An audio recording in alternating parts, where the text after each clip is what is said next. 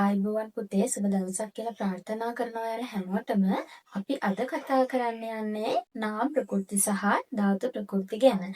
ප්‍රකෘති කොටස් දෙකක් තියෙනවා නාම ප්‍රකෘති සහ ධාතු ප්‍රකෘති කියලා.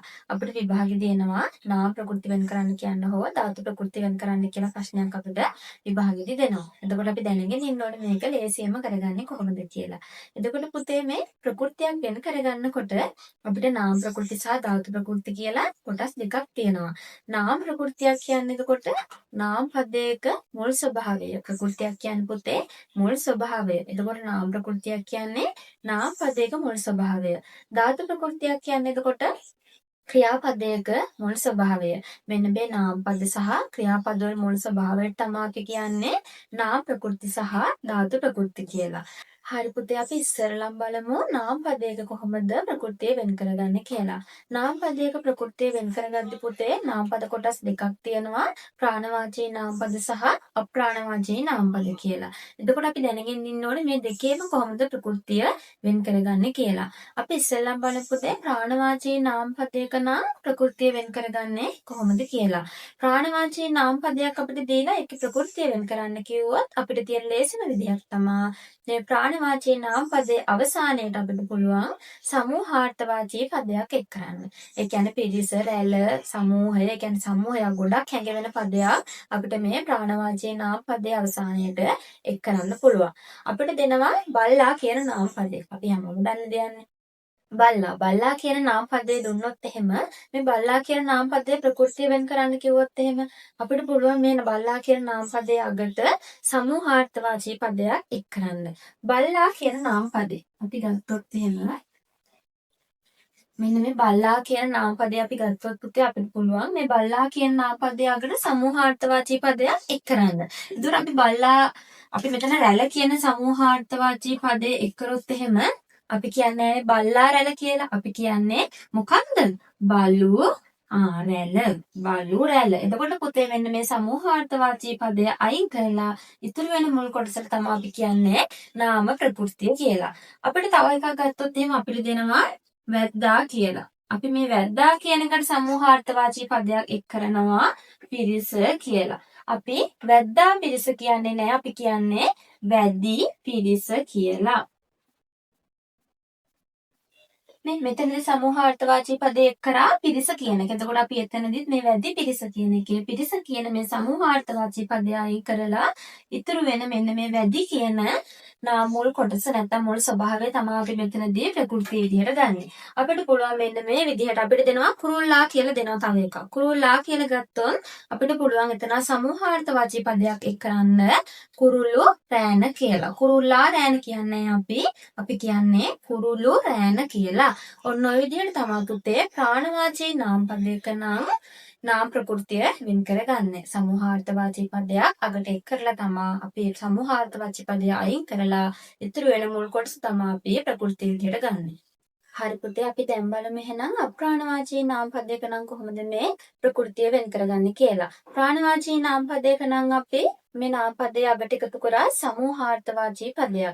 එතකොට අප්‍රාණවාචී නාම පදයක නම් අපිට පුළුවන් මේ නාම පදයේ අවසානයේට සංඛ්‍යාවාචී පදයක් එකතු කරන්න. 3 2 1 8 9 ඕන විදිහකට මේ සංඛ්‍යාවක් හඟවන පදයක් සංඛ්‍යාවාචී පදයක් මේ අප්‍රාණවාචී නාම පදයේ අවසානයේට එකතු කරලා ඒක අයින් කරාම ඉතුරු වෙන මුල් කොටස තමයි අපි මේ අප්‍රාණවාචී නාම පදයක ප්‍රකෘති විදිහට ගන්නෙ. අපිට දෙනවා පුතේ පුටුව කියන අප්‍රාණවාචී නාම පදය. මෙන්න මේ පුටුව කියන අප්‍රාණවාචී නාම පදේ දීලා අපිට මේකේ ප්‍රකෘතිය හොයන්න කිව්වොත් අපිට පුළුවන් මේ පුටුව කියන එකට අපි දානවා සංඛ්‍යාවාචී පදයක්. 3 කියන සංඛ්‍යාවාචී පදය. පුටුව කියන එක ගත්තොත් මේ 3 කියන සංඛ්‍යාවාචී පදේ අපි එකතු කරනවා පුටු 3. අපි පුටුව 3 කියන්නේ නැහැ. පුටු 3 කියලා කියන්නේ. එතකොට මෙන්න මේ සංඛ්‍යාවාචී පදය අයින් කරලා මේ ඉතුරු වෙන මුල් කොටසට තමයි අපි කියන්නේ මේ අප්‍රාණවාචී නාම පදයේ ප්‍රකෘතිය කියලා. අපිට තව එකක් දෙනවා කොස්ස. කොස්ස කියලා දුන්නොත් එහෙම අපිට පුළුවන් මෙතනදී ගමු 4 කියලා. කොස්ස 4 කියන්නේ නැහැ අපි කියන්නේ කොසු 4. ඔන්න ඔය විදිහට මෙතනදිත් මේ සංඛ්‍යාවාචී පදය අයින් කරලා ඉතුරු වෙන මේ මුල් කොටස තමයි අපි ප්‍රകൃතිය විදිහට ගන්නෙ. ඔන්න ඔය විදිහට තමයි පුතේ නාම පදවල මේ ප්‍රകൃතිය වෙන් කරගන්නේ. නාම පද කොටස් දෙකයි ප්‍රාණවාචී නාම පද සහ අප්‍රාණවාචී නාම පද. ප්‍රාණවාචී නාම පදය ගණන් අපි අවසානයේට සමූහාර්ථවාචී පදයක් එක් කරලා ඒක අයින් කරලා ඉතුරු වෙන මුල් කොටස ගත්තා. අප්‍රාණවාචී නාම පදයක නම් අප්‍රාණවාචී නාම පදයේ අවසානයේට සංඛ්‍යාවාචී පදයක් එකතු කරලා ඒ සංඛ්‍යාවාචී පදය අයින් කරලා ඉතුරු වෙන මුල් ස්වභාවය අපි ගත්තා. ඒකේ ප්‍රകൃතිය විදිහට. හරි ඔන්න ඔක තමයි පුතේ නාම ප්‍රകൃති කියන්නේ. අපිට දැන් තියෙන්නේ ධාතු ප්‍රകൃති ගැන කතා කරන්න. නාම ප්‍රകൃතියක් කිව්වේ නාම පදයක මුල් ස්වභාවය. එතකොට ධාතු ප්‍රകൃතියක් කිව්වේ ක්‍රියාපදයක මුල් ස්වභාවය. අපිට මෙතනදී පුතේ මේ ධාතු ප්‍රകൃතිය එහෙමත් නැත්නම් ක්‍රියා ප්‍රകൃතිය ක්‍රියාපදයක මුල් ස්වභාවය හොයන්න තියෙන ලේසිම ක්‍රමයක් තමයි අපිට දීලා තියෙන ක්‍රියාපදය අපි මිශ්‍ර ක්‍රියාවක් බවට පත් කරනවා. මිශ්‍ර ක්‍රියා ගැන කාට හරි ගැටලුවක් තියෙනවා නම් මම කලින් ඒ ගැන වීඩියෝ එකක් දාලා තියෙනවා. ඒක චුට්ටක් බලන්න කියලා මතක් කරනවා. අපි පුතේ සරලවම ගත්තොත් දීලා තියෙන ක්‍රියාපදේ මිශ්‍ර ක්‍රියාවක් බවට පත් කරනකොට ඒකට මින් ප්‍රත්‍ය එකතු වෙනවා. එහෙමත් නැත්නම් ඒ ක්‍රියාව දෙපාරක් එක ළඟ යෙදෙනවා. අපිට දෙනවා නම් කරනවා කියන ක්‍රියාපදේ දුන්නොත් අපි ඒක මිශ්‍ර ක්‍රියාවක් බවට පත් කරද්දී කරමින් වෙනවා. නටනවා කියලා දුන්නොත් නටමින් වෙනවා. එහෙමත් නැත්නම් නට නටා දුවමින් කියලා දුන්නොත් දුවනවා කියලා දුන්නොත් දුවමින් වෙනවා. එහෙමත් නැත්නම් දුව දුවා කියලා අපිට ගන්න පුළුවන්. ඔන්න ඔය විදිහට තමයි පුතේ මිශ්‍ර ක්‍රියාවක් බවට පත් වෙන්නේ. එතකොට අපිට දීලා තියෙන ක්‍රියාපදයක් ධාතු ප්‍රകൃතිය වෙන් කරන්න කියලා. එතකොට අපිට පුළුවන් පුතේ එතනදී මිශ්‍ර ක්‍රියාවක් බවට පත් කරනකොට අපිට දෙනවා කරනවා කියලා ක්‍රියාපදේ. මෙන්න මේ ක්‍රියාපදේ මිශ්‍ර ක්‍රියාවක් බවට පත් කරනකොට අපිට කරමින් බවට පත් වෙනවා. එතකොට මෙන්න මේ මිශ්‍ර ක්‍රියාප්‍රත්‍ය අයින් කරලා ඉතුරු වෙන මෙන්න මේ මුල් කොටස තමයි අපි ප්‍රകൃතිය විදිහට ගන්නෙ. අපිට දෙනවා පුතේ නටනවා කියන ක්‍රියාපදේ. මෙන්න මේක දීලා ධාතු ප්‍රകൃතිය හොයන්න කිව්වොත් අපිට පුළුවන් නට මින් බවට පත් කරන්න. මෙතනදිත් මේ මිශ්‍ර ක්‍රියාප්‍රත්‍ය අයින් කරලා ඉතුරු වෙන මුල් කොටස තමයි අපි මෙතනදී මේ ප්‍රകൃතිය විදිහට ගන්නෙ. මේක නටනවා කියන එක නටමින් නැත්නම් අපිට පුළුවන් නට නටා බවට පත් කරන්න. මෙතනදිත් මේ කොටස අයින් කරලා ඉතුරු වෙන මෙන්න මේ නට කියන කොටස තමයි ප්‍රകൃතිය විදිහට ගන්නෙ.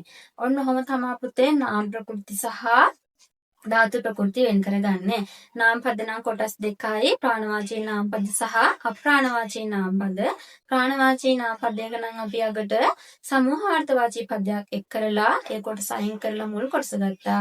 අප්‍රාණවාචී නාම පදයක නම් සංඛ්‍යාවාචී පදයක් එකතු කරලා ඒ පදය අයින් කරලා මුල් කොටස ගත්තා.